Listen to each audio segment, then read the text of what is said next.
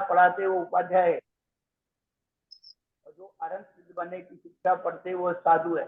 ये नमोकार महामंत्र का सरल अर्थ है। बहुत सुंदर। बच्चों को भी इसको समझ में आ जाएगा। पहले बड़ों को आए फिर बच्चों को आना चाहिए। तो बड़े बच्चों को भी आएगा, छोटे बच्चों को भी आएगा महाराज जी। बच्चे तो सभी बच्चे ही है, छदबस्त जब तक है तब तक सभी बच्चे ही है।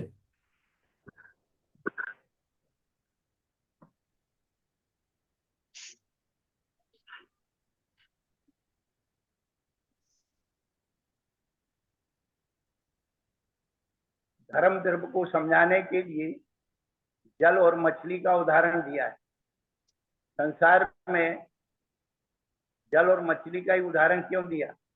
क्या जल में बहुत सारे जंतु हैं जो जल के बगैर नहीं रहते, परंतु जल और मछली का ही उदाहरण क्यों दिया आचार्यों ने? धर्म धर्म को समझाने के लिए।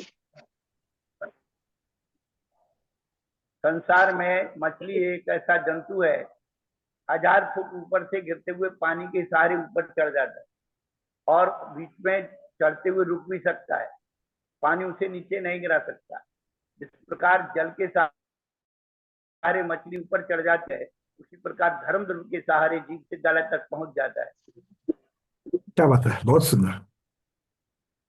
हाँ, ये देखा गया भी है बिल्कुल। वाटरफॉल जो होते हैं उसके अंदर से मछलियां ऊपर चढ़ सकती है, उस पानी की धारा के साथ में ऊपर चढ़ सकती है।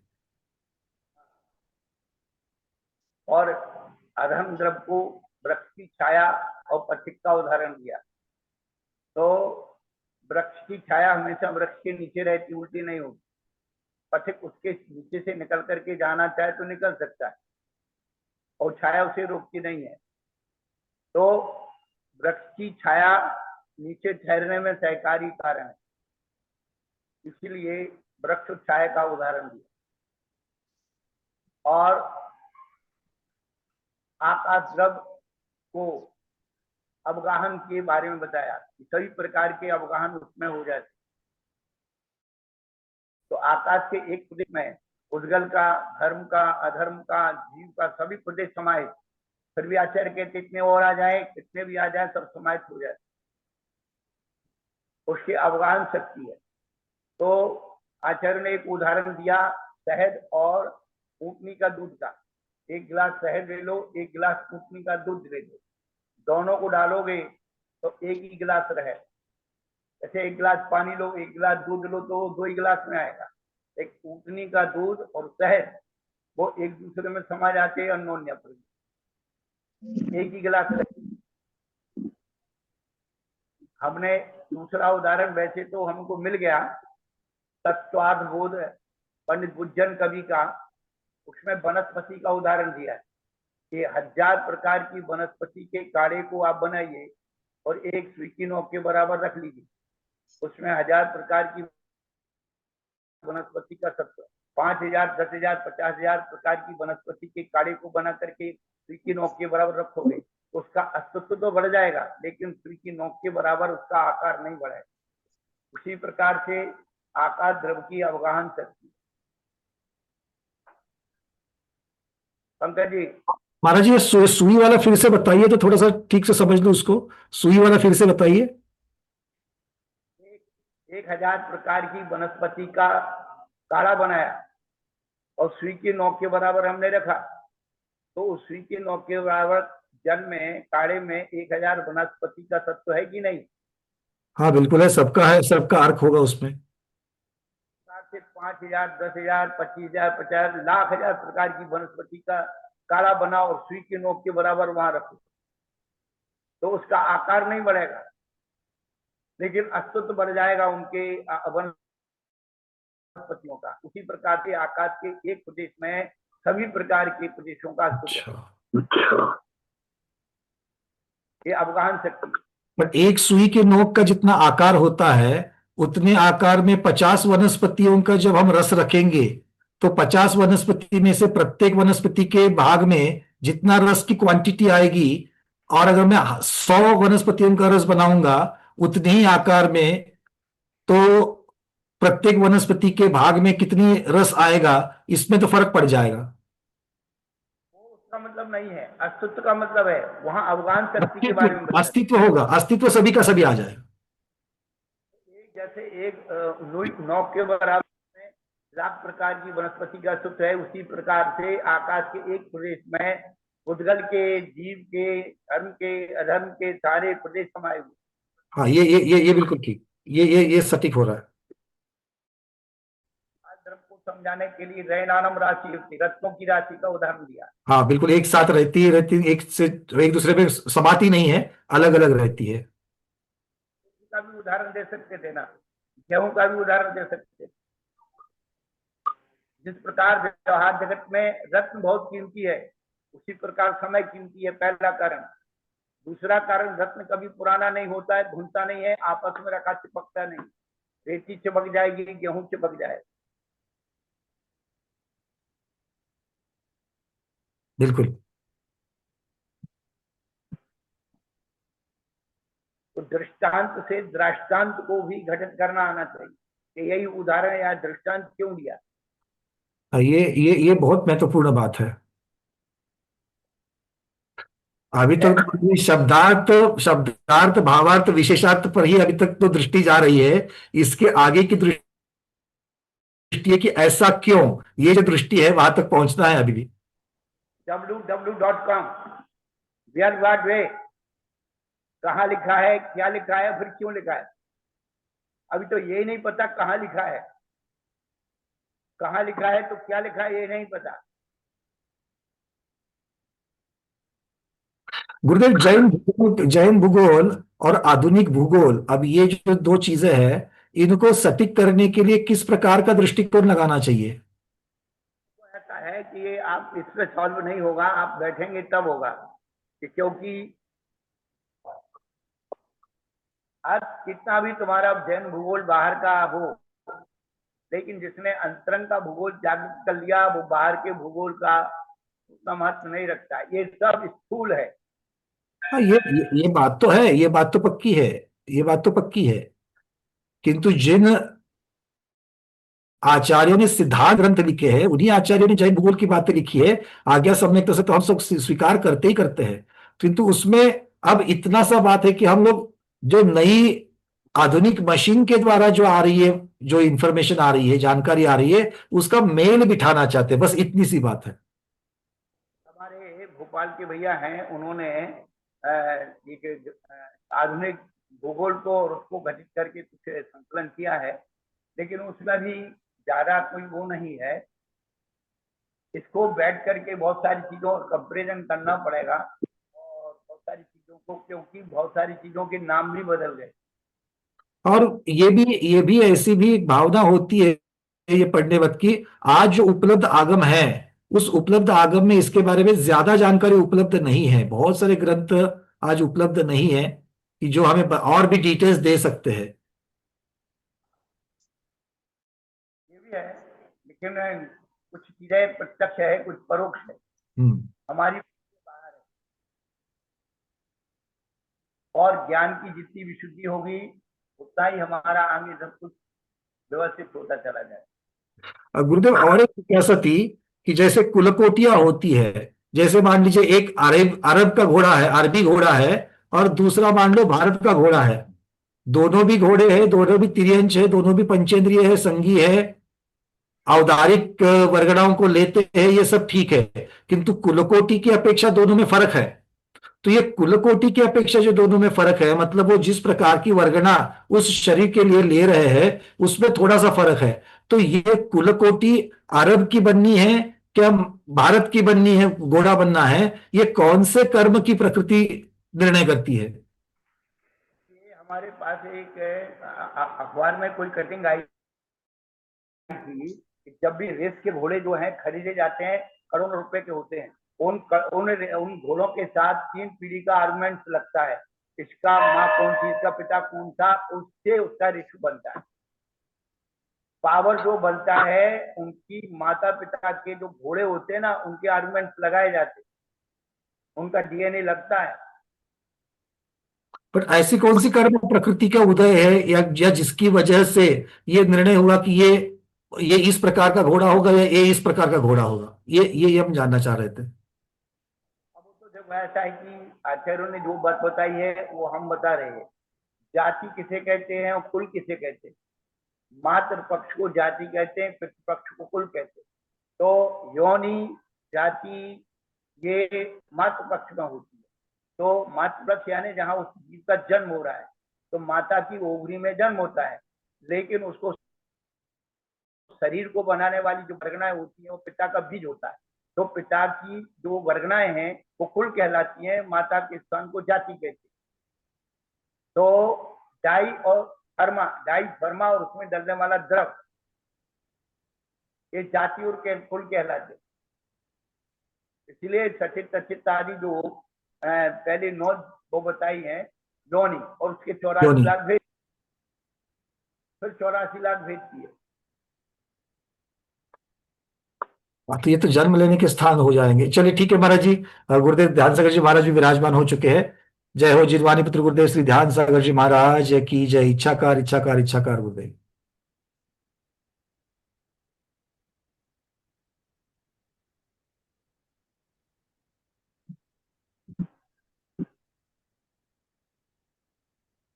नमस्ते महाराज जी।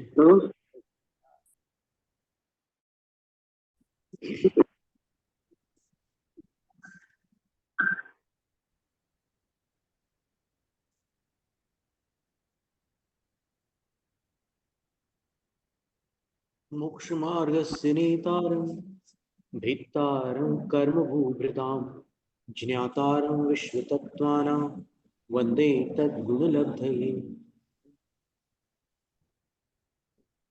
तत्र जीवद्रव्यमधिकृत्य सदाद्यनुयोगद्वार निरूपणं क्रियते। जीवद्रव्य को आधार बना करके सत आदि 8 अनुयोग द्वारों का निरूपण किया जाता है। जीवाश चतुर्दशसु गुणस्थानेषु व्यवस्थिताः। जीव 14 गुणस्थानों में व्यवस्थित। मिथ्या दृष्टि है, सासादन सम्यक दृष्टि है, सम्यक मिथ्या दृष्टि है, असंयत सम्यक दृष्टि है, संयता संयतः, प्रमत्त संयतः, अप्रमत्त संयतः, अपूर्व कर्ण स्थाने उपशमकः क्षपकः, अनिवृत्ति बादर सांप्राय स्थाने उपशमकः क्षपकः, सूक्ष्म सांप्राय स्थाने उपशमकः क्षपकः, उपशांत कषाय वीतराग छद्मस्थः, क्षीण कषाय वीतराग छद्मस्थः, सयोग केवली अयोग केवली चेति। 14 गुणस्थानों के नाम लिए, और जिन गुणस्थानों में क्षपक और उपशमक दोनों हैं तो उनके वो भेद भी साथ में दे दिए।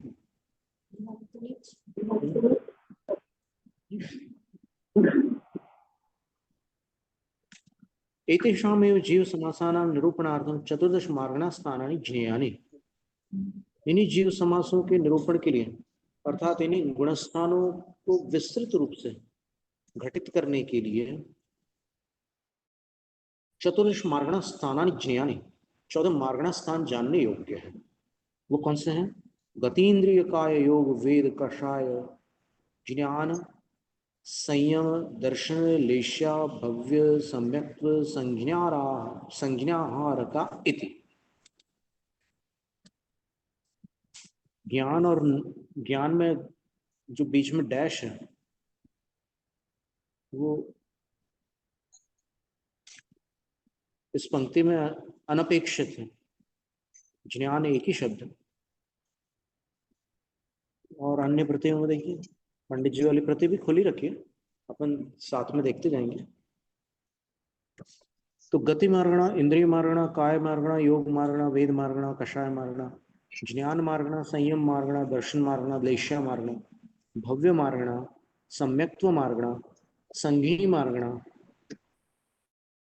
और आहारक मार्गणा, ये 14 मार्गणा होती है। गुणस्थानों में तो सारे जीव व्यवस्थित है। इस जगत में जितने भी जीव हैं वो गुणस्थानों में स्थित है। लेकिन अब उन मार्गणाओं में उनकी खोज की जाती है, जिनके माध्यम से उन जीवों को खोजा जाता है। और जहां उनकी खोज होती है, जाहिव जासुव जीवा मग्गिज्जन्ते मग्गणा ओया, जहां पर और जिसके माध्यम से जीव खोजे जाते हैं। मार्गणा का अर्थ होता है खोज करना, अन्वेषण करना। ज्ञान में देश नहीं है। नहीं होगा ना, डैश हो ही नहीं सकता। तो वो मार्गणाएं होती है, खोज करने के स्थान को मार्गणा कहते हैं।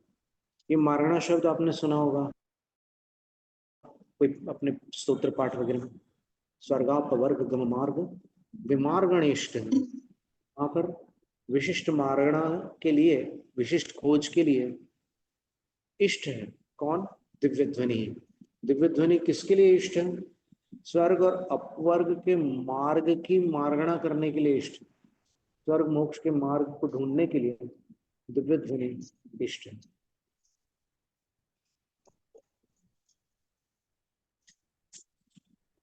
ये उस टाइम चाहिए।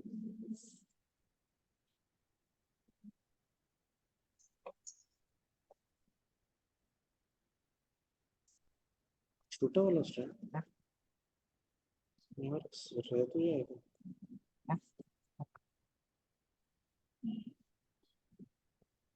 तत्र उनमें सत्प्ररूपणा विविध, सत्प्ररूपणा के तो भेद है। सामान्येन विशेषेण च, सामान्य से और विशेष से। सामान्य का अर्थ गुणस्थान होता है, विशेष का अर्थ मार्गणा।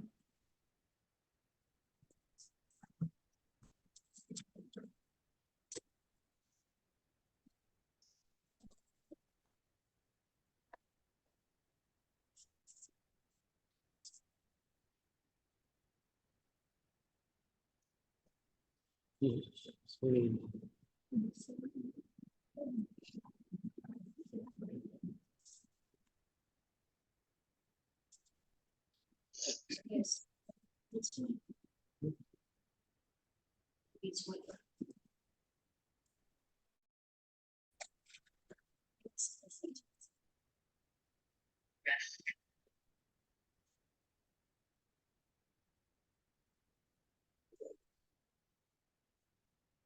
थोड़ा सा टेबल व्यवस्थित कर लेते हैं।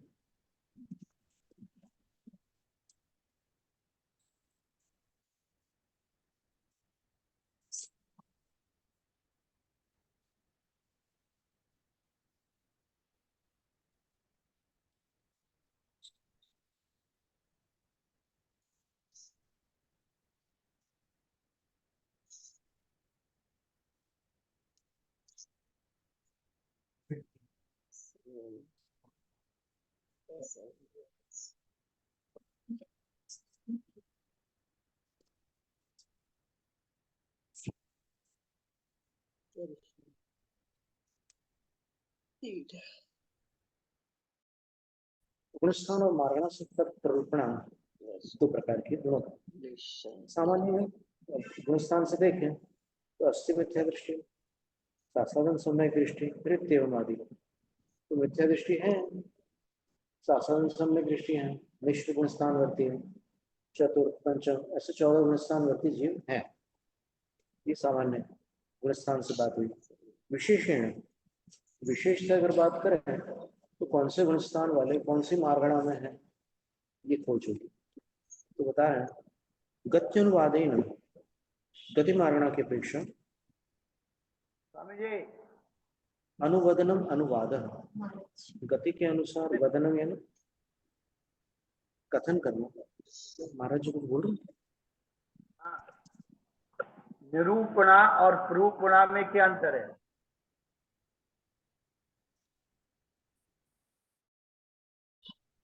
प्ररूपणा और निरूपणा, यहाँ पर निरूपणार्थम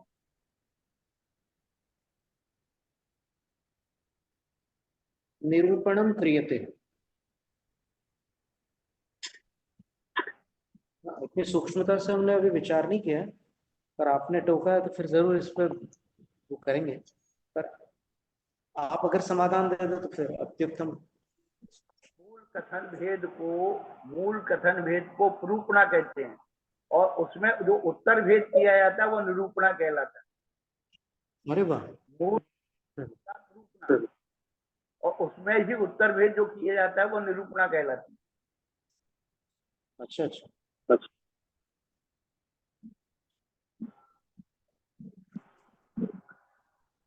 मैंने सूत्र की प्ररूपणा होती है, सूत्र की प्ररूपणा हो गई, और जो उसकी उत्तर व्याख्या भेद है होगी वो अंतर वो निरूपणा कहलाएगी। ऐसा अभिप्राय ले सकते हैं। हाँ हाँ, वही तो कह रहे हैं। मूल कथन भेद का जो है, मूल भेद कथन है वो निरूपणा है, और उसका जो उसमें उत्तर भेद किया जा रहा है वो निरूपणा है।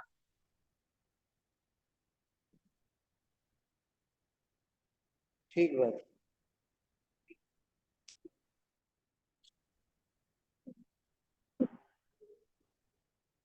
सूत्रम प्ररूप्यते व्याख्या निरूप्यते, ऐसा हो गया। जैसे ऊपर है सद अनुयोगत द्वार निरूपणम क्रियते, वहां भी निरूपण है, यहाँ भी निरूपण है।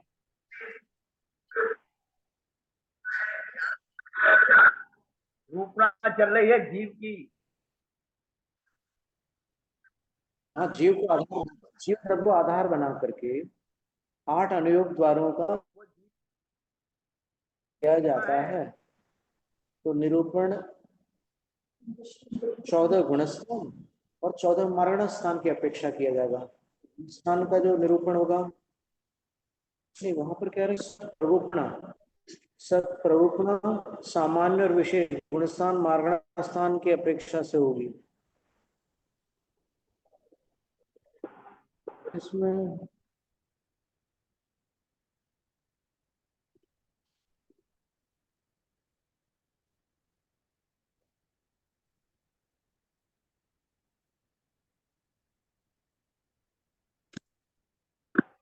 किसी ने बोल दिया यहाँ फिर थोड़ी सी बात अटकने लगी। सत्प्ररूपणा 2 प्रकार की है, सामान्य और विशेष। तो सामान्य में गुण बताया, विशेष में मार्गणा स्थान बताया। तो फिर अब इसमें 8 अनुयोग द्वारों का निरूपण किया जाता है, ऐसा लिखा है, जीव को आधार बनाकर। और यहाँ पर सत्प्ररूपणा हो रही है गुणस्थान मार्गणा स्थान से। तो अब इसमें प्ररूपणा और निरूपणा का अभिप्राय कैसे घटित किया जाए। मूल रूप है सच्ची रूपणा इन रूपणा के द्वारा हो रही है। सत मूल मूल है, सत इन सब मार्गना गुणस्थान में लग रहा है।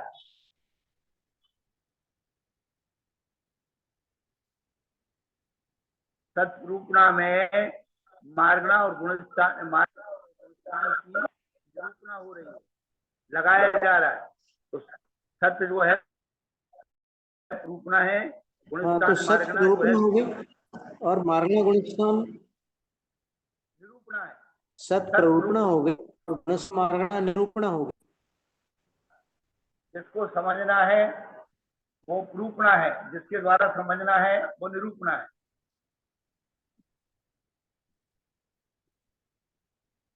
तो सत प्ररूपणा हो गई और गुणस्थान मार्गों का जो विस्तार है वो निरूपणा हो गई,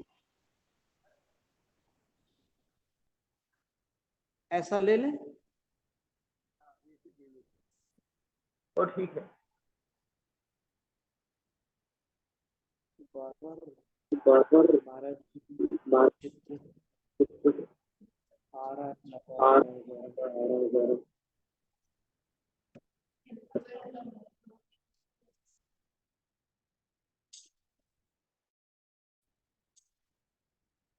तो सामान्य से ये 14 गुणस्थान हैं सत्प्ररूपणा में। विशेषण विशेष रूप से देखें, मार्गणा स्थानों में देखें तो कौन सी मार्गणा में कितने गुणस्थान हैं, ये विषय आएगा। तो गत्यनुवाद गति मार्गणा की अपेक्षा नरक गतो, नरक गति में सर्वासु पृथ्वीषु, सभी पृथ्वियों में आद्यानि चत्वारि गुणस्थानानि सन्ति, आदि के 4 गुणस्थान होते हैं। तिर्यगतो तान्येव संहिता संहित स्थानाधिकानि संति। तिरंचों में भी वही 4 गुण स्थान होते हैं, पर संहिता संहित स्थान अधिक हो जाएगा, यानी 5 गुण स्थान होंगे। मनुष्यगतो चतुर्दशापि संति। मनुष्य गति में 14 गुण स्थान है।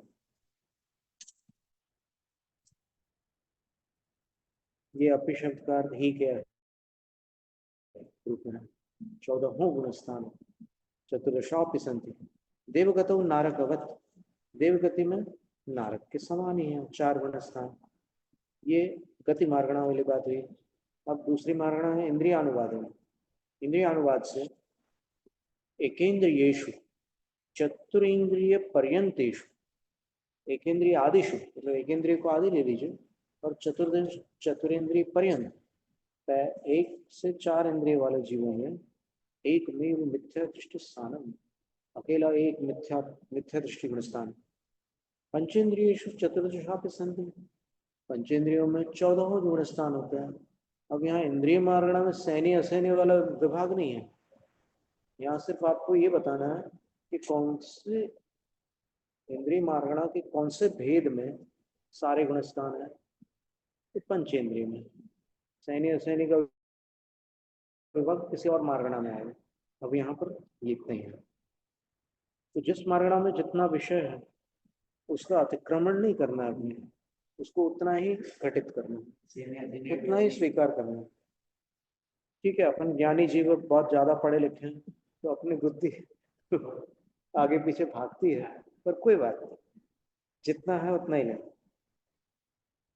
कायानुवाद है ना, कायानुवाद की अपेक्षा त्रिषु योगेषु नहीं, पृथ्वी काय आदि वनस्पति कायानुदेशु, पृथ्वी काय को आदि लेकर वनस्पति काय पर्यंत जीवों में एकमेव मिथ्या दृष्टि स्थानम, 5 स्थावरों में एक अकेला मिथ्या दृष्टि गुण स्थान है। रसकायिकेषु चतुर्दशापि संति। रसकायिक जीवों में 14 गुण स्थान है। अब कोई लगा है कि भाई द्विंद्रियादेश रसा, तो द्विंद्रियों में भी 14 गुण स्थान है क्या? तो अभी वो चर्चा नहीं है, वो पहले ही अपनी इंद्रिय मारणा में देख चुके हैं कि कौन कितनी इंद्रिय वालों में 14 गुण स्थान है। तो वो सब ऐसे सामंजस्य बैठाल करके उसका अभिप्राय ग्रहण करना है। तो व्यवस्थित एक ज्ञान में ये सारी बातें बैठ जाएंगी जो अभी पूज्यपाद आचार्य बता रहे हैं। बहुत सुंदर वर्णन है, काफी विस्तृत वर्णन है, 8 अनयोग द्वारों में बहुत सारी जानकारियां हैं। तो त्रसकायेषु चतुर्दशापि संति। त्रसकाय वालों में 14 गुण स्थान हैं। योगानुवादेन, योग अनुवाद से त्रिषु योगेषु 3 योगों में त्रयोदश गुण स्थानानि भवन्ति, जो 13 गुण स्थान है। 14 गुण स्थान क्यों नहीं होते? क्योंकि अंतिम गुण स्थान का नाम ही अयोग है। तो योग मार्गणा में योग वालों में नहीं बन सकता। तथा परम अयोग केवली, उससे ऊपर अयोग केवली। वेदानुवादेन, वेद अनुवाद से त्रिषु वेदेषु 3 वेदों में मिथ्या दृष्टियाद्यनिवृत्ति बादरांतानि संति। मिथ्या दृष्टि को आदि लेकर अनिवृत्ति बादर पर्यंत जहां तक सवेद भाग है वहां तक 3 वेदों में ये गुण स्थान घटित होते हैं। अपगत वेदेषु, अपगत वेद वालों में अनिवृत्ति बादराद देवग केवल नंदानी। अनिवृत्ति बादर से प्रारंभ करके जहां से अवेद हो गया वहां से प्रारंभ कर लो अयोग केवली तक, क्योंकि अभी 14 गुणस्थान वाली बात चल रही है, सिद्धों की चर्चा नहीं है। तो इसलिए वहां तक वेद मार्गणा में अवेद अवस्था है। कषाय अनुवादेन, कषाय अनुवाद की अपेक्षा क्रोधमान माया, क्रोधमान माया कितने गुण स्थान है? बोले मिथ्या अनिवृत्ति बाद स्थान, मिथ्या दृष्टियों को आदि लेकर अनिवृत्ति बादर स्थान पर्यंत, अनिवृत्ति बादर 9 गुण स्थान, तो वहां तक के ये क्रोध मान माया इनमें इतने गुण स्थान बनते हैं। लोभ कषाय में तान्येव वही मिथ्या दृष्टि को आगे लेकर सूक्ष्म सांप्राय स्थानाधिकानी, वे 9 गुण स्थान तो है ही हैं, लेकिन एक और अधिक कर लो उसमें, सूक्ष्म सांप्राय। अकषाय, अकषाय कौन है? शांत कषाय, क्षीण कषाय, सयोग केवली, अयोग केवली, चेली, ये 4 अकषाय है। तो कषाय अनुवाद में पक्ष और प्रतिपक्ष, मार्गणाओं में यही चलता है, दोनों लेते हैं, पक्ष वाला भी विकल्प ले लेते हैं और प्रतिपक्ष वाला भी ले लेते हैं। ज्ञानानुवादेन, ज्ञानानुवाद की अपेक्षा मत्यक ज्ञान, श्रुताज्ञान, विभंग ज्ञानेषु, ये 3 जो मिथ्या ज्ञान है, इन 3 मिथ्या ज्ञानों में कौन से गुण वाले जीव हैं? तो बता रहे मिथ्या दृष्टि, सासाधन सम्यक दृष्टिश्चास्ति, मिथ्या दृष्टि जीव है और सासाधन सम्यक दृष्टि जीव भी है। आभिनिबोधिक श्रुतावधिक ज्ञानेषु, अब सम्यक ज्ञान में 3 ज्ञान ले लो, आभिनिबोधिक, श्रुत और अवधि ज्ञान। इन ज्ञानों में कौन से गुणस्थान वाले जीव हैं? तो बता रहे असंयत सम्यक दृष्टियादीनि क्षीण कषायांतानि सन्ति, 4 से 12वें गुणस्थान तक के जीव हैं। मन परिज्ञाने, मन परिज्ञान में कौन से जीव हैं? तो बोले कि प्रमत्त संयता क्षीण कषायांता सन्ति, 6 से 12वें गुणस्थान वाले हैं।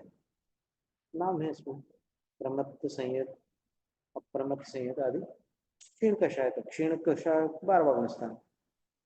केवल ज्ञाने सयोगो योगश्च, केवल ज्ञान में कौन से गुणस्थान पाए जाते हैं?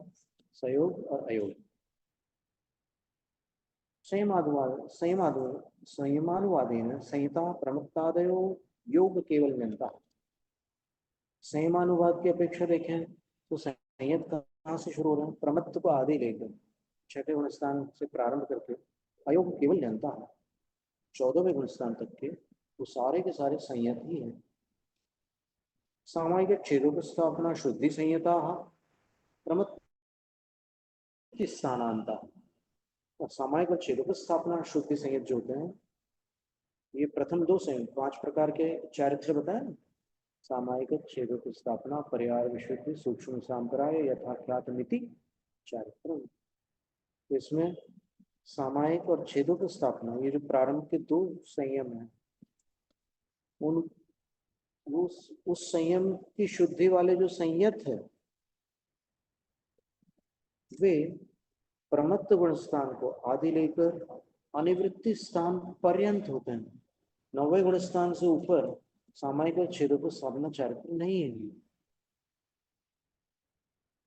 परिहार विशुद्धि संयता प्रमत्ता प्रमत्ताश्च, परिहार विशुद्धि जो संयत है वो प्रमत्त और अप्रमत्त 6ठे और 7वें गुण स्थान में ही होते हैं, ना नीचे होते हैं ना ऊपर होते हैं।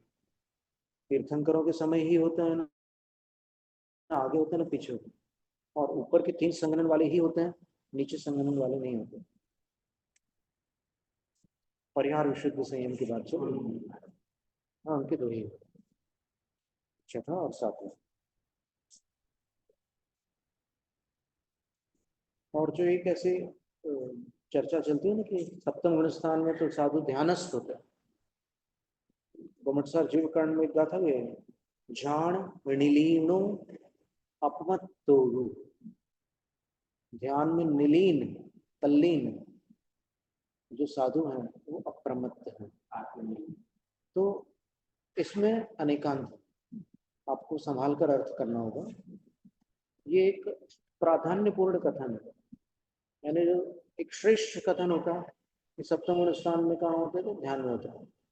पर ये जो परिहार विशुद्धि संयत मुनिराज हैं, जो तीर्थंकर के काल में ही है, और तीर्थंकर के समावसरण में जिन्होंने गणधरों से 9 पूर्व पढ़े हुए हैं और वर्ष पृथक तक उन्होंने वहां पर रह करके विशुद्धि प्राप्त की है, तो उनको ऐसी रिद्धि प्राप्त हो गई है कि उनके शरीर से किसी जीव को बाधा नहीं हो सकती। आचार सार में अच्छा वर्णन है परिहार विशुद्धि का। तो ऐसे रिद्धिधारी साधु हैं,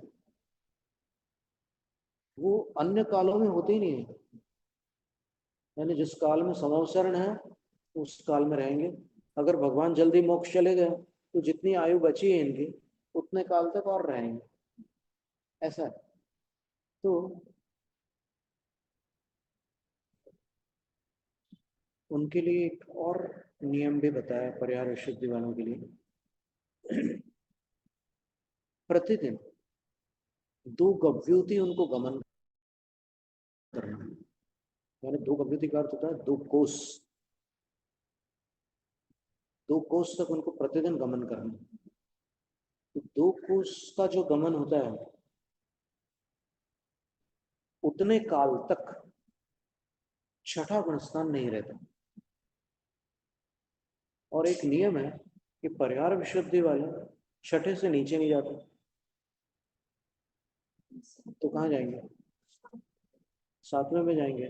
और अभी विहार चालू है, तो विहार में 7वां होगा कि नहीं होगा? अवश्य होगा। अप्रमत्त हो रहा है, सोते समय हो जाता है अप्रमत्त, भले उतने काल के लिए निद्रा भंग हो जाती है, पता भी नहीं चलता। ऐसा क्यों? क्योंकि निद्रा सर्वघाती प्रकृति है। तो कौन से गुण का सर्वघात करेगी निद्रा? किस पर आवरण डालती है वो प्रकृति? किस प्रकृति का भेद है? दर्शनावरण का है, 9 भेद। तो दर्शनावरण दर्शन गुण का घात करता है। अब उसमें से देशघाती कौन सी है? अचक्षुर दर्शनावरण, चक्षुर दर्शनावरण और अवधि दर्शनावरण। शेष सर्वघाती है। 5 निद्रा सर्वघाती है, केवल दर्शनावरण भी सर्वघाती है। तो अगर निद्रा में है, निद्रा का उदय है, दर्शन उपयोग नहीं होगा, क्योंकि दर्शन गुण का सर्वघात करना निद्रा का कार्य है। तो उतने काल तक जब तक निद्रा है दर्शन उपयोग नहीं हो सकता। तो कौन सा उपयोग होगा? ज्ञानोपयोग, क्योंकि उपयोग से रहित तो कोई जीव हो नहीं सकता। तो ज्ञानोपयोग का काल छद्मस्थों में कितना है?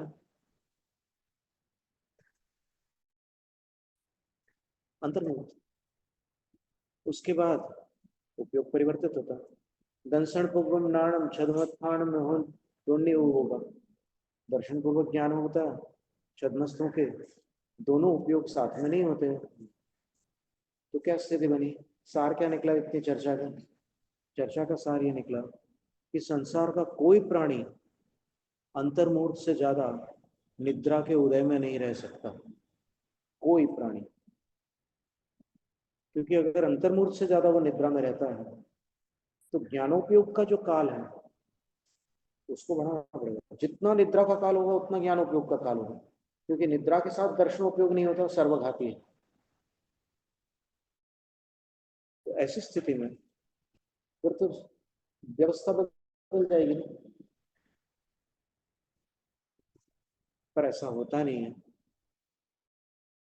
स्वतः सभी जीव अनजाने में जब ज्ञानोपयोग दर्शनोपयोग में परिवर्तन करते हैं तब दर्शनोपयोग के काल में निद्रा रहित हो जाते हैं और ज्ञानोपयोग के काल में निद्रा सहित अथवा रहित दोनों भंग बन सकते हैं।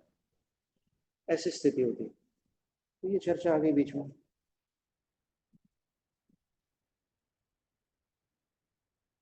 तो परिहार विशुद्धि संयत जो होता है उनको 3 महानिद्राओं का उदय नहीं होता।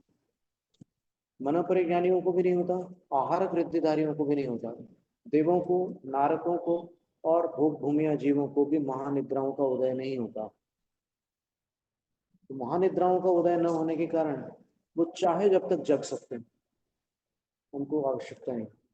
और इनमें से कई तो ऐसे हैं जिनको सोना ही नहीं पड़ता, हमेशा जागृत रहते, जैसे गणधर आदि हैं, उनको सोने की आवश्यकता नहीं।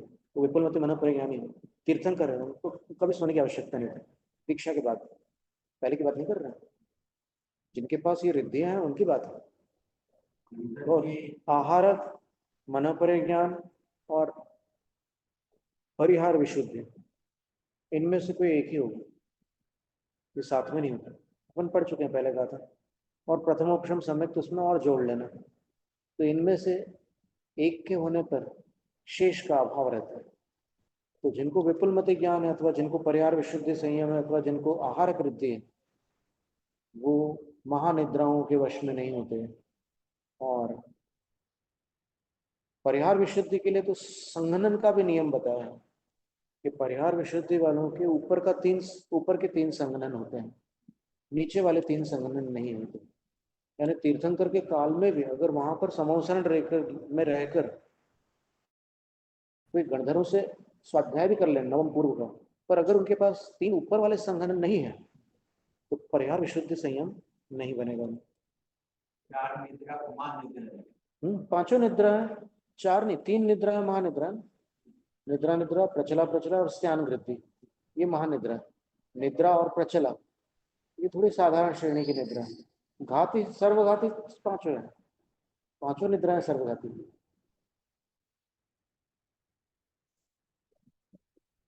सूक्ष्म सांप्राय शुद्धि संहिता एकस्मिन्नेव सूक्ष्म सांप्राय स्थाने। सूक्ष्म सांप्राय शुद्धि संयत कहाँ होते हैं? अकेले दशम स्थान में, सूक्ष्म सांप्राय स्थान। यथाख्यात विहार शुद्धि संहिता, यथाख्यात विहार शुद्धि संयत उपशांत कषायादयो योग केवल जनता 11वें से लेकर 14वें तक ये होते हैं यथाख्यात विहार शुद्धि संयत। फिर संयता पंचम गुण स्थान वाले संयत कहलाते हैं। वो कौन से गुण स्थान में होते हैं? एक संयता स्थान, अकेले एक संयता स्थान में ही होते हैं।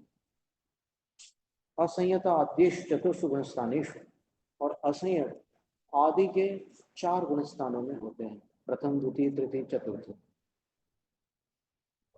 संयम मार्गना हो गई।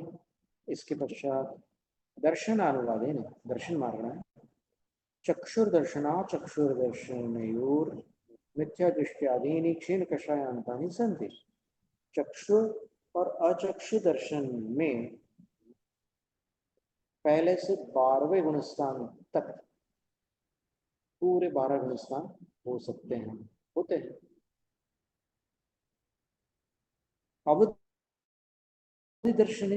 अवधि दर्शन में कौन से गुणस्थान है? असंयत सम्यक दृष्टियादीनि क्षीण कषायांतानि सन्ति।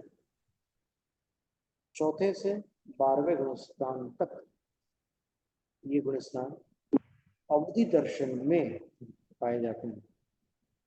लेकिन एक जो दूसरी जो प्रतिपत्ति आती है, आचार्य अकलम देव ने सिद्धि विनिश्चय में जो सूत्र लिखा है अवधि विभंगयोर अवधि दर्शन में, तो वहां पर मिथ्या दृष्टि को जो अवधि ज्ञान होगा वो विभंग अवधि ज्ञान है।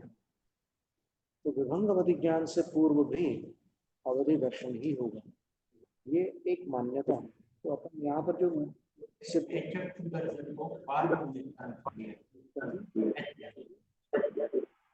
अचक्षुर दर्शन, चक्षु और अचक्षु दोनों दर्शनों को 12वें स्थान तक लिया है। कहाँ से? तो मिथ्या दृष्टि से लेकर 12वें तक। शेष इंद्रियों से और मन से जो दर्शन हो, मन से पूर्व, मन संबंधी ज्ञान से पूर्व जो दर्शन हो रहा है, इंद्रिय ज्ञान और मनोज्ञान से पूर्व होने वाला दर्शन अचक्षुर दर्शन। लेकिन इंद्रिय ज्ञान में जो चक्षु से होने वाला इंद्रिय ज्ञान है उससे पूर्व चक्षु दर्शन।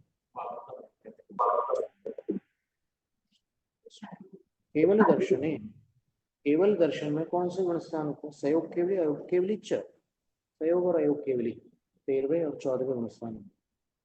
लेशानुवाद है ना, लेशानुवाद की अपेक्षा कृष्ण नील कपोत लेश्यासु, देखो कपोत लेश्य है, और अगर आपको ई जोड़ना है उसमें पीछे ती बनाना है तो कापोती बनेगा, उसमें फिर क में आ की मात्रा लगेगी। कापोती, आप कापोती बोलना हो तो कापोती बोलो, कपोत बोलना है तो कपोत बोलो, कपोती मत बोलो और कपोत लेश्या मत बोलो, कपोत बोलो या कापोती बोलो। कपोत का अर्थ होता है वो ग्रे कलर का कबूतर।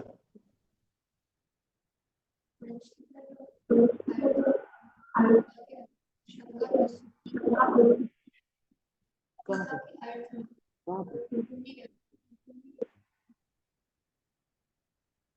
तो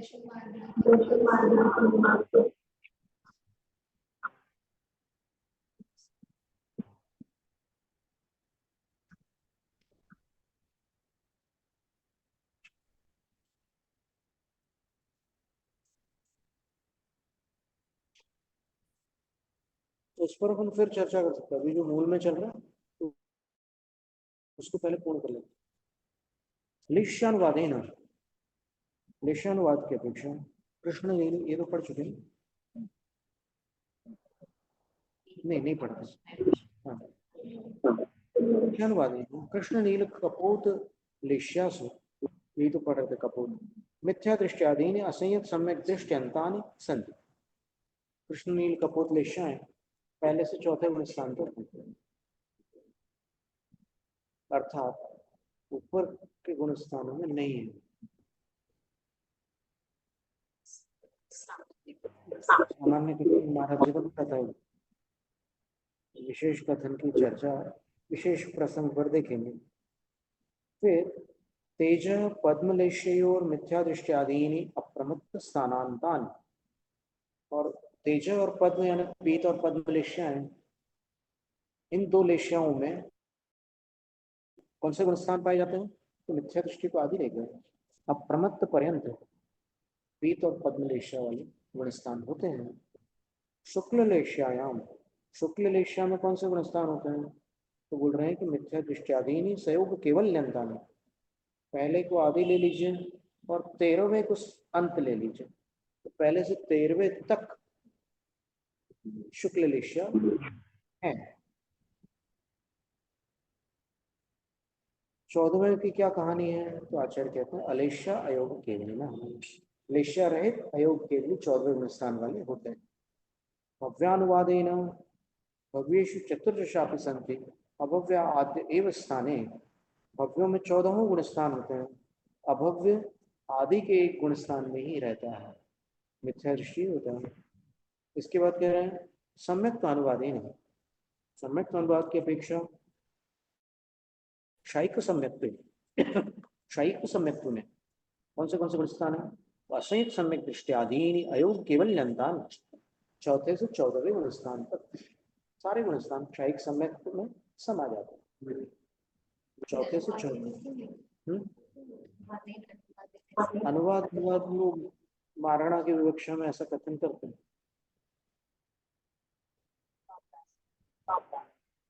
सम्यक के अनुसार अगर कथन करें तो अनुसार कथन करने का नाम अनुवदनम अनुवादः। तो सम्यक के अनुसार अगर अपन विचार करते हैं या कथन करते हैं तो फिर क्षायिक सम्यक्त्व में चौथे से 14वें गुण स्थान है। क्षयोपशमिक सम्यक्त्व, और क्षयोपशमिक सम्यक्त्व में अगर अपन जाते हैं तो उसमें क्या है, कौन से गुण स्थान है? तो आचार्य कहते हैं असंयत सम्यक दृष्टियादीनि अप्रमत्तांतानि, चौथे से 7वें गुण स्थान पर 4 गुण स्थान।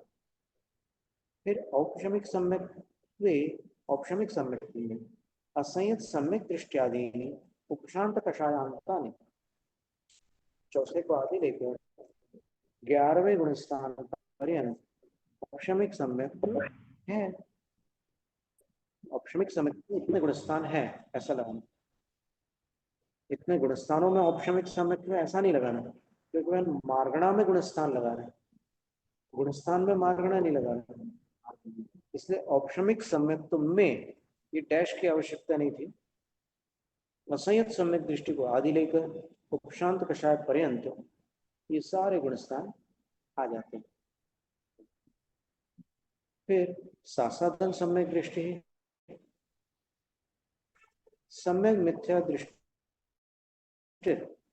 मिथ्या दृष्टिश्च स्वे स्वे स्थाने, सासाधन सम्यक मिथ्यात्व और मिथ्यात्व अपने अपने गुण स्थानों में ही होते हैं, आगे पीछे वाले गुण स्थानों में नहीं होते। अर्थात इनमें वो गुण स्थान होते हैं, वही गुण स्थान होते हैं जो उनसे संबंधित होंगे। संज्ञानुवादे, संज्ञा अनुवाद की अपेक्षा संज्ञिष्सु, सैनियों में, सैनी जीवों में, मन वाले जीवों में कितने गुण स्थान होते हैं? 12 गुण स्थानानि, 12 गुण स्थान होते हैं। 13वें गुण स्थान में मन नहीं होता।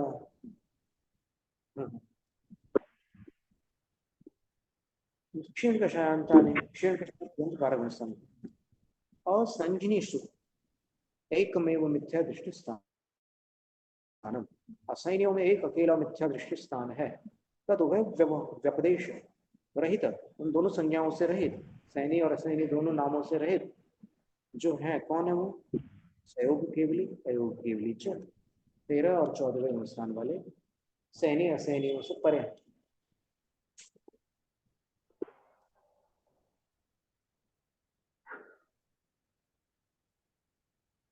आहारानुवादेन, अब आहार मार्गणा है, अंतिम मार्गणा है। 14वीं मार्गणा का नाम आहार मार्गणा है। अब आहार मार्गणा का वो नहीं है जो अंथो या फिर दोपहर वाला भोजन या सुबह का नाश्ता। यहाँ पर आहार का अर्थ था कि जो जीव आहार पर्याप्त पूर्ण करके फिर आहार वर्गणाओं को ग्रहण करना प्रारंभ कर लेते हैं, तो आहार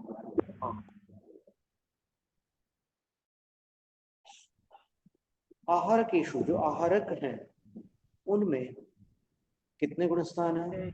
मिथ्या दृष्टियाधीन केवल्यंतान, मिथ्या दृष्टि को आदि लेकर केवली पर्यंत सभी गुण स्थान है। लेकिन अनाहारकेषु, अनाहारकों में कौन से गुण स्थान है? विग्रह गत्यापन्नेषु, जो विग्रह गति को प्राप्त अनाहारक हैं उनमें त्रीणि गुण स्थानानि, 3 ही गुण स्थान। मिथ्या दृष्टि, सासाधन सम्यक दृष्टि, रसंयत सम्यक दृष्टिश्च। बस यही 3 जीव विग्रह गति में अनाहारक अवस्था को प्राप्त हो सकते हैं, अन्य नहीं। और फिर समुद्घातगत सयोग केवली, अयोग केवली च, समुद्घातगत जो सयोग केवली है वो, और अयोग केवली च, अयोग केवली को समुद्घातगत मत लेना, क्योंकि समुद्घात जो होता है तृतीय शुक्ल ध्यान से पूर्ण होता है, और तृतीय ध्यान जो होता है वो सयोग केवली को।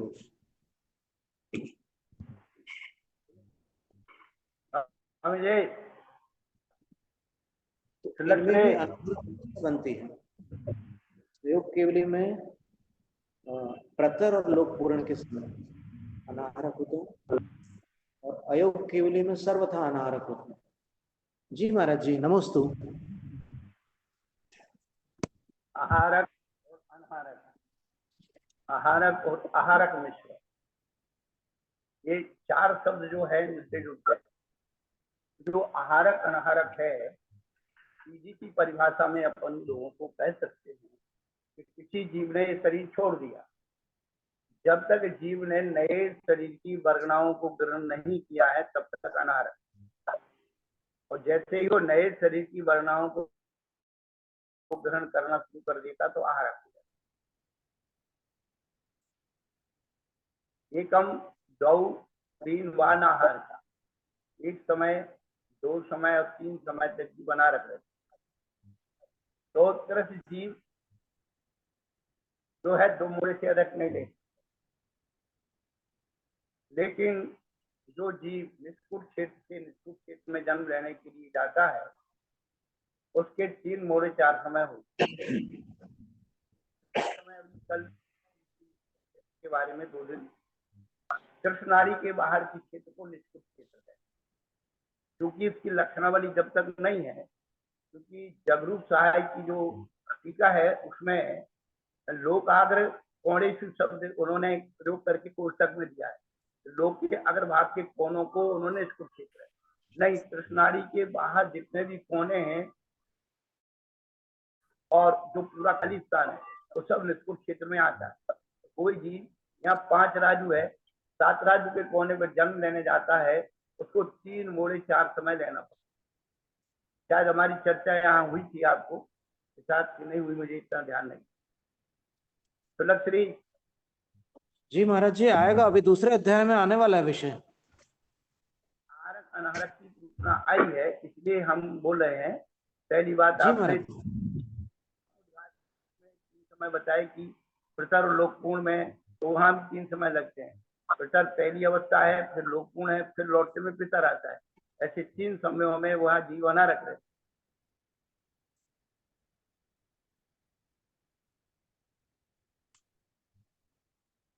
जी महाराज। तो आहारक अनारक ये अपन थोड़ा सा यहाँ भी क्लियर कर लें, वहां विषय आएगा, वहां भी हो जाएगा, लेकिन जी एक महाराज जी, दुविधा बन बिल्कुल सही, जाती बिल्कुल बिल्कुल। मोटी बात है। श्रोतागण को ये बता दें अपन कि जब शरीर की वर्णाओं को ग्रहण नहीं किया है तब तक अनारक, और जब नए शरीर की वर्णाओं को ग्रहण करना शुरू कर देता है तो वह आहारक हो जाता है। इसलिए 6 पर्याप्ति में आहार, शरीर, इंद्रिय, चतुष्पाद, भाषा और मन।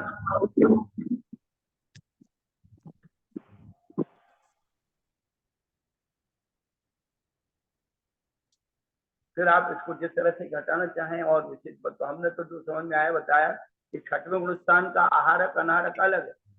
आहारक और आहारक मिश्र वो अलग है, वो आहारक शरीर संबंधी। जी महाराज जी, वो तो आहारक का योग अलग है, यहाँ पर आहारक और अनाहारक की चर्चा भिन्न है उससे। तो समांतर रख करके वहां पर श्रोताओं तो को समझाना। 6 पर्याप्तियां और फिर 3 शरीर के योग्य वर्गणाओं को ग्रहण करना आहारक है। तो जब तक उसने इन वर्गनाओं को ग्रहण नहीं किया है तब तक अनारक है। बिल्कुल ठीक कह रहे हैं। एक समय के लिए, 2 समय के लिए, 3 समय तक जीव अनारक रह सकता है। जो जीव एक मोड़ा लेगा, 2 लाइन बनेगी, तो पहले समय में अनारक रहेगा, दूसरे में आरक होगा। जो जीव 2 मोड़ा लेगा उसकी 3 लाइन, प्रारंभ की 2 लाइन में अनारक है, तीसरे में आरक होगा। और जो 3 मोड़ा रहेगा, 4 समय लगेगा, तो प्रारंभ की 3 जो लाइन है उसमें अनारक होगा, चौथी में आरक होगा। जी महाराज।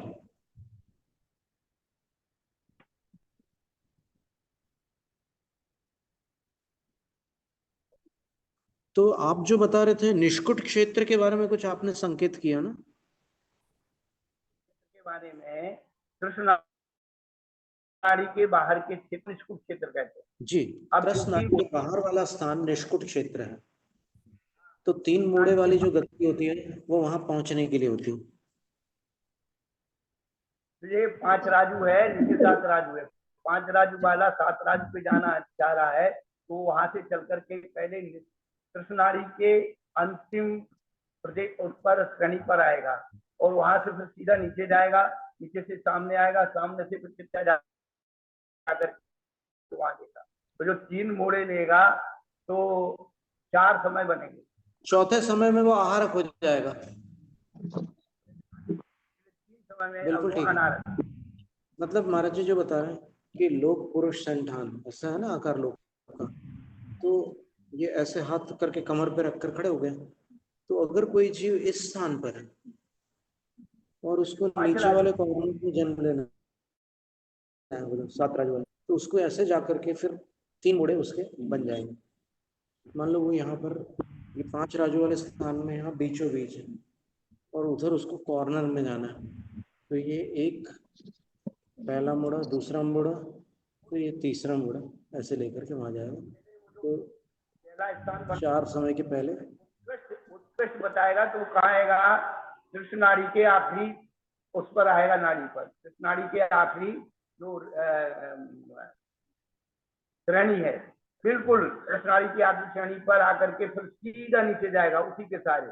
फिर उसके जब सामने आएगा, सामने से उस कोने में जाएगा। तो पहले ऐसा आने पर नीचे आएगा तो एक मोड़ा सामने हो गया, फिर नीचे कृष्ण नाड़ी के कोने पर गया, नीचे वाले पर, फिर उसके सामने चला और 7 राजू के उस पर आएगा, सामने वाले पर, फिर कोने पर जाएगा।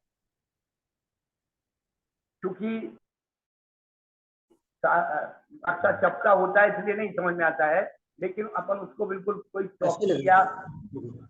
ये पहला मोड़ा, दूसरा मोड़ा यहाँ, तीसरा मोड़ा यहाँ, तो कितने समय हुए? 1 2 3, चौथे समय में आहार होगा, नवीन शरीर में पहुंच गए, जहां पर पहुंच गए। ये अध्याय में आने वाला है विषय। तो यहाँ महाराज जी ये बता रहे हैं कि संसार अवस्था में भी 3 समय तक अनाहारक रहता और फिर केवली समुद्घात में भी 3 समय तक अनाहरक रहता है। परंतु एक बात और विशेष है, त्रस्त जीव 13 गुणस्थान तक अनाहारक होने वाली जो दशा है वो पहले गुणस्थान में, दूसरे गुणस्थान में और चौथे गुणस्थान में आती है और 13वें गुणस्थान में आती है। तो पहले, दूसरे और चौथे में भी अधिकतम अनाहारक काल कितना है? 3 समय। और 13वें गुणस्थान में तो 3 समय फिक्स है। चढ़ते समय प्रतर में, फिर लोक पूरण में, फिर प्रतर में 3 समय। जी महाराज। त्रस्त जीव 2 मोड़े से अधिक नहीं लेता है, ये नियम है। जी, त्रस्त जीव जो होता है उसके 2 मोड़े से अधिक नहीं होते। किसके? त्रस्त जीव के 2 मोड़ से अधिक नहीं होते। 2 मोड़ से अधिक किसकी गति नहीं होती? आप जो बता त्रसजीव रहे हो, त्रसजीव कह रहे हैं महाराज जी। त्रसजीव की तो नहीं हो सकती, पक्की बात है। ये जो निष्कुट क्षेत्र में तो त्रस नाड़ी के बाहर वाला स्थान है ना, तो वो नियम से स्थावर जीवी होगा। बिल्कुल सही बात है, एकदम परफेक्ट बात है। तो अब देखिए कि ये 3-3 समय के अनाहरक बन रहे हैं। अब ये पहले, दूसरे और चौथे गुणस्थान में तो पता नहीं कितनी बार ये जीव अनाहरक बन चुका है मृत्यु के पश्चात। पर ये इतना ध्यान में रखना है कि दूसरे गुणस्थान वाला भी 3 मोड़े वाली गति नहीं ले पाएगा, क्योंकि दूसरा गुणस्थान भी सैनी पंचेंद्रिय को होता है। जो सम्यक से गिरा है उसी को होता है ना, तो फिर वो त्रस जीव है। तो त्रसनाड़ी में ये पूरी 3 समय वाली गति नहीं हो सकती, 3 समय अनाहरक नहीं हो सकती, वो उतना ही रहेगा।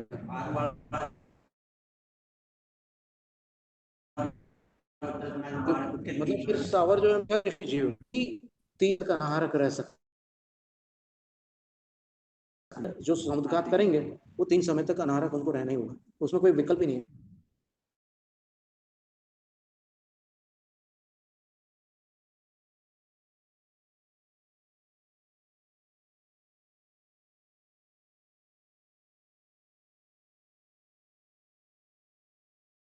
तरीके से मतलब वो पजल ऐसा है कि उसमें इतना करके वहां पहुंचाना है। तो जिनके लिए दूसरी, देखो महाराज जी चित्र दिखा रहे हैं, विश्व दर्शन। ये जो है ये कृष्णाली है, और कृष्णाली की जो है 5वां जो ये लोक है, ब्रह्म लोक, 5वें राजू इधर आता है। तो 5 राजू चौड़ा है और यहाँ 7 राजू है ये नीचे।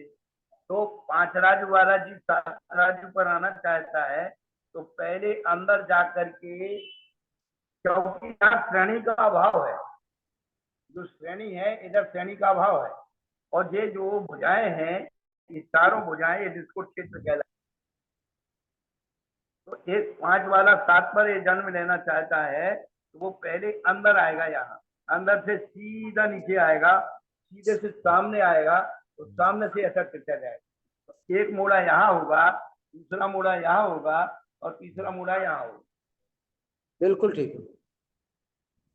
यानी दूसरा, मतलब दूसरे समय में जो उसका गमन होगा वो त्रस नाड़ी से होगा,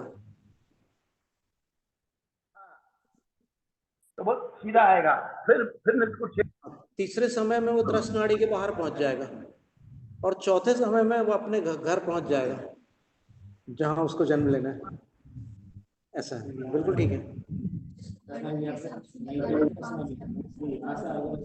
वो बता रहा ना 5 से 7 तक, वही बता रहा, ठीक है ना।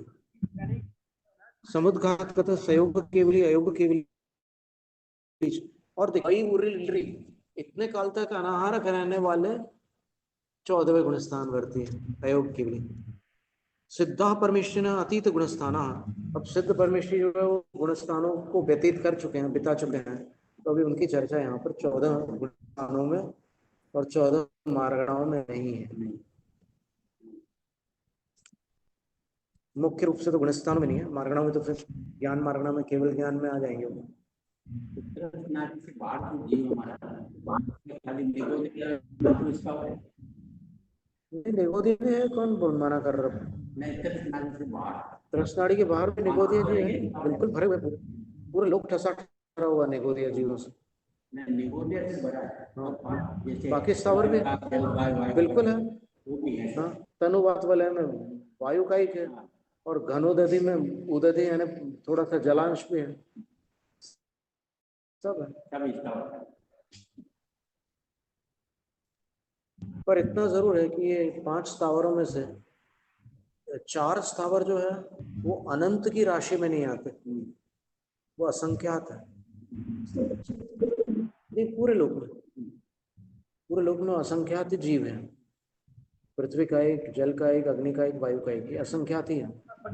और केवल वनस्पति का एक जो है वो अनंत। अभी इसमें आगे आएगा, संख्या प्ररूपणा में देखते हैं ना। उक्ता सत्प्ररूपणा, सत्प्ररूपणा पूरी हुई और 4 भी बच गए। तो ठीक है, संख्या प्ररूपणा आगामी सत्र में देख लेते हैं। कुछ चीजें अपने को लिखनी भी होगी नोट्स में, तो अच्छा। जैनम जय तुषासन।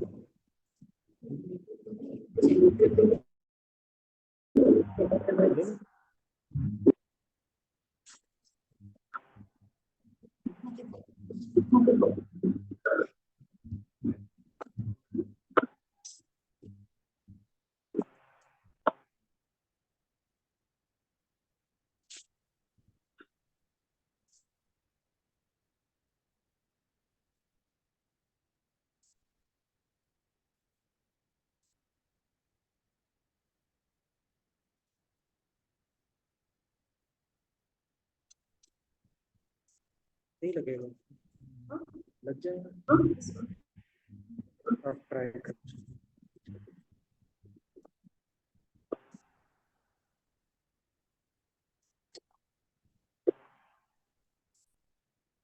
इसमें बहुत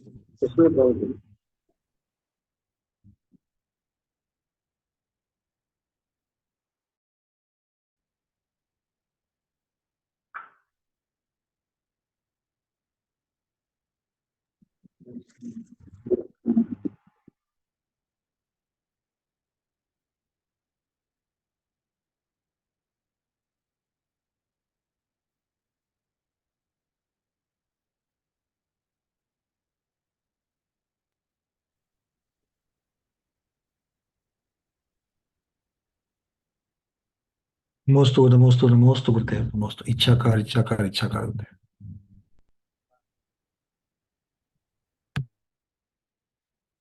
रूपना निरूपणा हो गई।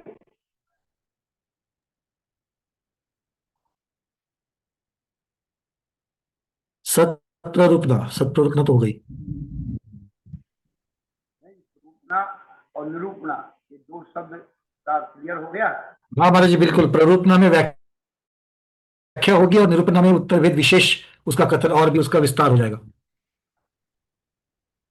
रूपना है मूल भेद और निरूपणा है उत्तर भेद। बिल्कुल। अर्चना दीदी, आप कुछ पूछना चाह रही थी? अनम्यूट क्या है, बोलिए।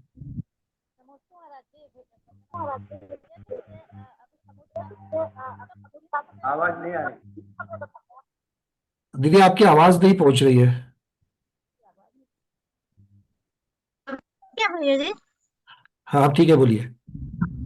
ये अभी महाराज जी ने बताया समुद्र घाट में अधिकतम तीन समय अनाहारक रहते हैं केवली भगवान, तो उसमें तो टोटल 8 समय होते हैं ना, तो हर एक का तो एक एक समय का ही वो रहता है। देखो, फैलने के 4, सिकुड़ने के 4, आप क्रम से हाँ, लगाइएगा। ठीक है ना, अपने पीडीएफ में भी दिया है, हमने चर्चा की थी इसकी। तो जब वापस आते हैं, मतलब जब प्रतर लोकपूरन तक पहुंच जाएंगे, प्रतर से लोकपूरन में, फिर लोकपूरन से प्रतर में आएंगे। ठीक है, तो प्रतर, लोकपूरन और प्रतर, इसमें 3 में अनाहारक होगा। और जब अंत में जाएंगे तो वो दंड करके पूरे शरीर में वापस, सारे के सारे दंड से वापस शरीर में जाने के लिए 1 समय लगता है। नहीं नहीं, वो मेरा वो पता है भैया जी, मेरा ये था कि ये अलग अलग जो 8 समय में से 3 समय वो अलग अलग आए। जब बीच में मान लीजिए दूसरे समय पे अनारक है, फिर तीसरे पे आहारक हो गए, फिर चौथे पे अनाहारक हो गए, ऐसा पूछ रही नहीं हूँ। नहीं नहीं नहीं नहीं, वो ऐसा नहीं है, ऐसा नहीं है, ऐसा नहीं। जो तीन मोड़े ऐसा देखो, नहीं है। तीन मोड़े जो लिए जा रहे हैं उसमें टोटल तीन कॉर्नर्स बन जाएंगे और चार लाइन बन जाएगी, ठीक लेना आप। ठीक है। तो प्रत्येक सेगमेंट जो है वो एक एक समय का सेगमेंट है, इसलिए उसको समय लगता है चार समय। उसमें से पहले तीन समय वो जो है अनाहरक रहेगा, और चौथे समय में अपने उपपाद क्षेत्र पर जन्म लेना वहां पहुंच जाएगा, आहारक हो जाएगा। भैया जी, ये मिथ्या दृष्टि वाला मुझे समझ में आया, समुद्घात वाले की बात कर रही हूँ मैं, अब समुद्घात कि वाले में, भगवान समुद्घात की। वाले में ऐसा तो नहीं होगा। पहले अवतारिक हाँ, कायक होगा, फिर अवतारिक मिश्र होगा, उसके बाद हाँ, वो तो फिर मतलब कर्मक कायक होगा। मतलब ठीक है। ब्रेक कर करके अधिकतम 3 समय जाएगा, ये हाँ, पूछ रहे जरा हैं। एक मिनट, मनीष जी कुछ बोल रहे हैं। क्या है बहन जी, आपका कहना ठीक है, दंड और कपाट ये दो समय में आहारक ही रहता है, लेकिन जब प्रतर में जाता है तो अनारक हो जाता है। अब जब प्रतर में पहले वाले प्रतर में जाएगा अनारक, फिर लोक में जाएगा, फिर लौट के प्रतर में आएगा, तो प्रतर के दो समय हो गए और लोक कुंड का एक हो गया, ऐसे तीन समय हो गए। हाँ हाँ। हाँ, समझ गई, अभी समझ गई, अभी तो आ गया। पहले आहारक, फिर अनाहारक, फिर आहारक। हाँ, ठीक, वो लगातार 3 समय आ गया ये। हम्म। ठीक है भैया जी, समझ में आ गया। अभी मुझे क्या लगता था, अल्टरनेट अल्टरनेट जाता है, नहीं इसलिए थोड़ा नहीं नहीं नहीं कंफ्यूजन हो गया। नहीं नहीं, ठीक ठीक, अभी क्लियर हो गया। प्रतर में, फिर लोक कुंड में, फिर प्रतर में आता है, फिर कपाट में आता है, फिर दंड में आता है, फिर स्वा में आता है। जी जी जी महाराज जी, बिल्कुल समझ, क्लियर हो गया। नमोस्तु महाराज जी। रात के समय के दो प्रतर हैं और लोक कुंड तो एक ही बार हुआ। हाँ, दो प्रतर हो के समय हो गए और एक पूर्ण का, ऐसे 3 हो गए।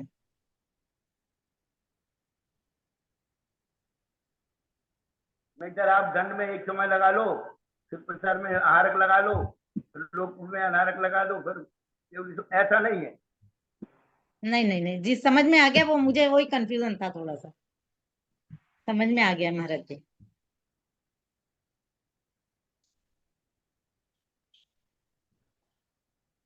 ध्यानसागर जी महाराज वापस आ रहे कि चर्चा चलेगी क्या, निष्ठापन कर दिया उन्होंने? तो ठीक है, फिर यहाँ से ये लाइव भी बंद कर देते हैं। और कोई बात हो तो पूछ लो, जैसे बहन जी ने पूछी ऐसे और भी आप लोग पूछ सकते हैं 5 मिनट। हाँ महाराज जी, कल आपने एक चीज बता रहे थे, वो मैंने भैया जी से भी पूछी थी, बाद में मुझे याद नहीं है, कुछ अभी एकदम से याद नहीं आ रहा है क्या था। आप प्रसंग बताइए तो हम बता सकते। नहीं जी, मैं बताती, एक सेकंड, एक सेकंड बताती हूँ। आपने शरीर की अपेक्षा से बताया था, पूछा था प्रश्न।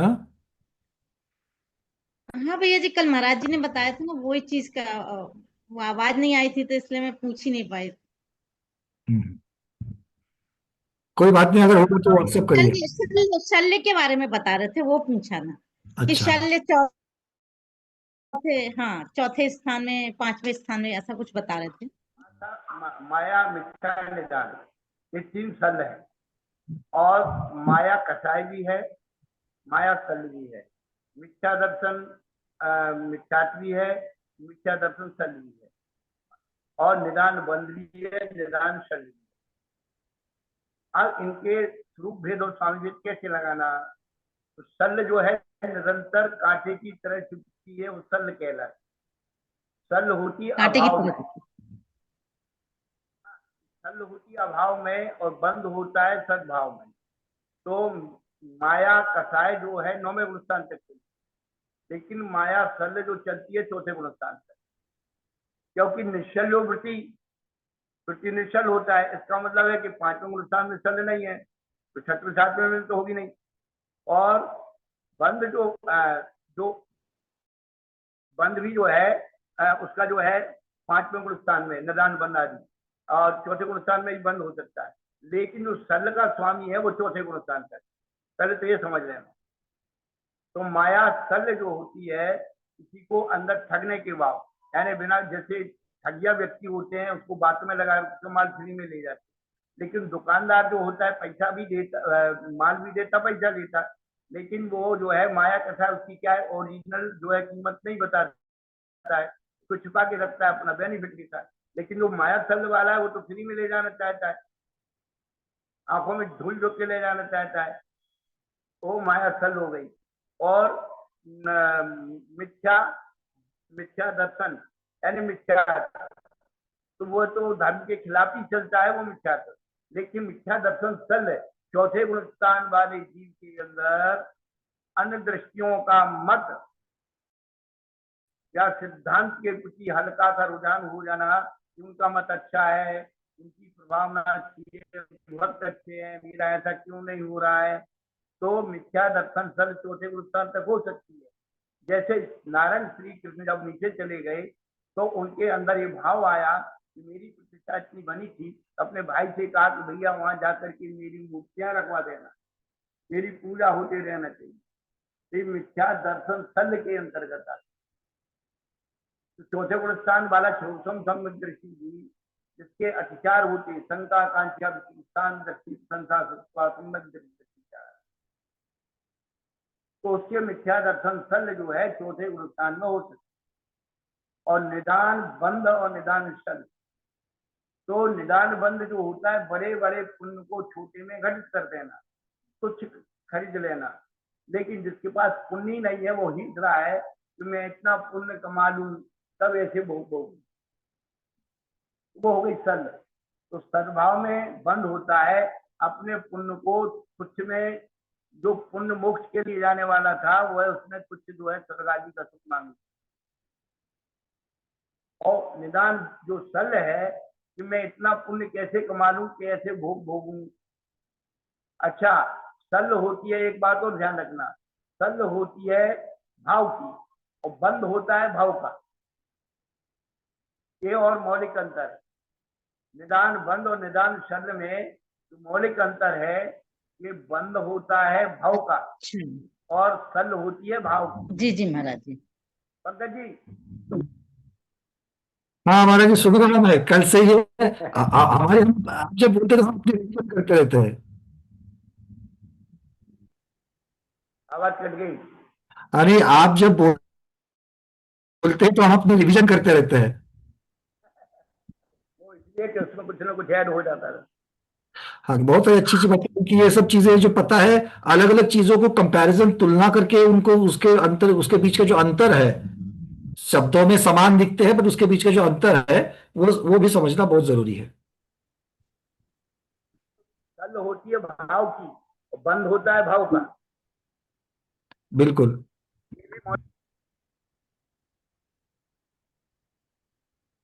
महाराज जी, शल्य को द्वेष रूप माने या राग रूप माने? देखो ऐसा है कि राग और द्वेष से उसका कोई संबंध नहीं है। ये तो आसक्ति, जो विषयासक्ति है, भवाकांक्षा, जो उसका स्वरूप दिया है। तो भवाकांक्षा आसक्ति तो राग रूप हो जाएगी। तो जब ऐसा है कि जिसकी आसक्ति पुण्य के द्वारा है, तो वो तो बड़े पुण्य को छोटे में डाल देगा। जैसे किसी के पास 100 रुपए है, अब 100 रुपए की आसक्ति करके वो जो है संसार का सुख भोग लेता है, पुण्य नहीं कमाता है। पुण्य अनुबंधी कोई जो है मुनि महाराज को हाथ दे करके उसका पुण्य अनुबंधी पुण्य कर लेगा और विषय में डाल देगा। और एक व्यक्ति के पास 100 रुपए नहीं है, अब वो उसको देख करके विचार करता है कि मेरे पास भी कब ऐसे 100 रुपए हो तो मैं ऐसे भोगूं। तो ये सल है, वो बंद है। तो फिर अप्रशस्त राग कह सकते हैं इसको, शल्य को। शल्य को अप्रशस्त राग कह सकते हैं। राग तो दोनों ही में आ जाएंगे। विषयाकांक्षा का जो भी राग है, चाहे वो हो वो चाहे वो सब दोनों अप्रशस्त। हाँ, क्योंकि शल्य जो है वो मोक्ष मार्ग के प्रति नहीं है, इसीलिए अप्रशस्त शब्द रखा।